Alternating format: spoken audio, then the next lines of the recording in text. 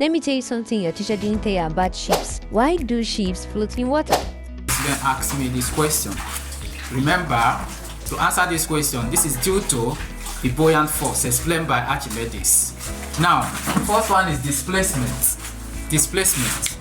A ship is constructed in such a way so as to be able to displace water, which produces what is called upthrust that help to balance the weights. What is upthrust? Upthrust means apparent loss in weight. Apparent loss. Remember, whenever a body is either totally or partially immersed in a fluid, it experiences an upthrust. It loses weight. It loses what? Weight. This is number one. Number two is called buoyant force. Buoyant force. So this buoyant force is also known as upward force or upthrust. Remember, when a body is totally or partially immersed in a fluid, it experiences an upthrust which is equal to weight of the body displaced according to Archimedes' principle. Now, when a ship is in water, it experiences what is called upward force. The force will be acting upwards.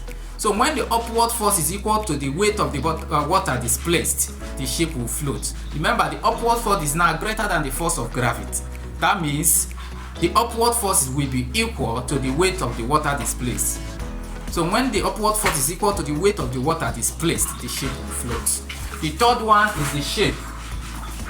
Shape and volume. The shape and volume. Although a ship is constructed with heavy metals, it is constructed or designed in such a way that it contains what is called hollowed hulls, which contain large amount of air, giving it a very large volume. Which increases the upthrust. So when the upthrust is increased, the ship will also float. So I've given you the three good reasons why a ship floats in water. You can also tell me why a dead body floats in water. Thank you so much. Bye.